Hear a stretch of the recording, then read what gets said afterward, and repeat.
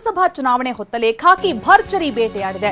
ರಾಜ್ಯದ ಹಲವು ಕಡೆಗಳಲ್ಲಿ ಕಂತೆ ಹಣವನ್ನ ಸೀಸ್ ಮಾಡಲಾಗಿದ್ದು, ರಾಜ್ಯದಲ್ಲಿ ಈವರೆಗೆ 22 ಲಕ್ಷಕ್ಕೂ ಅಧಿಕ ಹಣವನ್ನ ಸೀಸ್ ಮಾಡಲಾಗಿದೆ.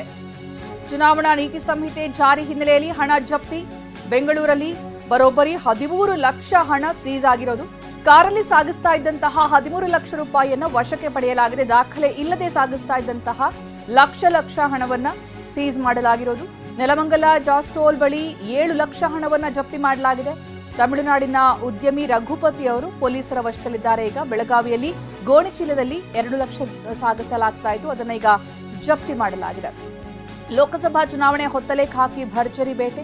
ರಾಜ್ಯದ ಹಲವು ಕಡೆಗಳಲ್ಲಿ ಕಂತೆ ಹಣವನ್ನ ಸೀಸ್ ಮಾಡಲಾಗಿದೆ. ರಾಜ್ಯದಲ್ಲಿ ಈವರೆಗೆ 22 ಲಕ್ಷಕ್ಕೂ ಹೆಚ್ಚು ಹಣವನ್ನ ಸೀಸ್ ಮಾಡಲಾಗಿದ್ದು, ಚುನಾವಣಾ ನೀತಿ ಸಂಹಿತೆ ಜಾರಿ ಹಿನ್ನೆಲೆಯಲ್ಲಿ ಹಣ ಜಪ್ತಿ ಮಾಡಲಾಗ್ತಾ ಇದೆ. ಬೆಂಗಳೂರಲ್ಲಿ ಬರೋಬ್ಬರಿ 13 ಲಕ್ಷ ಹಣ, ಬೆಳಗಾವಿಯಲ್ಲಿ 2 ಲಕ್ಷ, ಮತ್ತೆ ನೆಲಮಂಗಲ ಹತ್ತಿರ 7 ಲಕ್ಷ, ಒಟ್ಟು 22 ಲಕ್ಷ ಹಣವನ್ನ ಸೀಸ್ ಮಾಡಲಾಗಿದೆ. ನೆಲಮಂಗಲದ ಟೋಲ್ ಬಳಿ 7 ಲಕ್ಷ ಹಣ ದಾಖಲೆ ಇಲ್ಲದೆ ಸಾಗಿಸಲಾಗ್ತಾ ಇತ್ತು. ಉದ್ಯಮಿ ರಘುಪತಿ ಈಗ ಪೊಲೀಸರ ವಶಕ್ಕೆ, ಯಾಕಂದ್ರೆ ಇವರ ಕಾರಲ್ಲೇ ಈ ರೀತಿ ದಾಖಲೆ ಇಲ್ಲದೆ ಹಣವನ್ನು ಸಾಗಿಸಲಾಗಿದ್ದಾಗಿತ್ತು.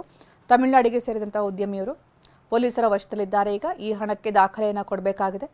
ಗೋಣಿಚೀಲದಲ್ಲಿ 2 ಲಕ್ಷ ಹಣವನ್ನು ಬೆಳಗಾವಿಯಲ್ಲಿ ಸಾಗಿಸಲಾಗ್ತಾ ಇತ್ತು, ಅದು ಕೂಡ ಸಿಕ್ಕಾಕೊಂಡಿದ್ದಾರೆ. ಇನ್ನು ಈ ರೀತಿ ಹಣ ಜಪ್ತಿ ಮಾಡೋದು, ಲಕ್ಷ ಹಣ ಪತ್ತೆಯಾಗಿ ಕೋಟಿ ಹಣ ಪತ್ತೆಯಾಗುವಂತಹ ಪ್ರಕರಣಗಳು ಇನ್ನೂ ಹೆಚ್ಚಾಗ್ತಾ ಹೋಗುತ್ತೆ ಚುನಾವಣೆ ಹತ್ತಿರ ಬರ್ತಾ ಇದ್ದಂತೆ.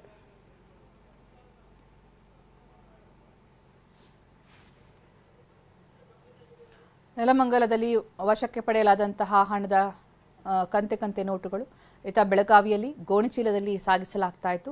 ಮತ್ತೊಂದು ಕಡೆ ಬೆಂಗಳೂರಲ್ಲಿ ಸಾಗಿಸಲಾಗ್ತಾ ಇದ್ದಂತಹ ದಾಖಲೆ ಇಲ್ಲದ ಸುಮಾರು 13 ಲಕ್ಷ ಹಣವನ್ನು ವಶಕ್ಕೆ ಪಡೆಯಲಾಗಿದೆ.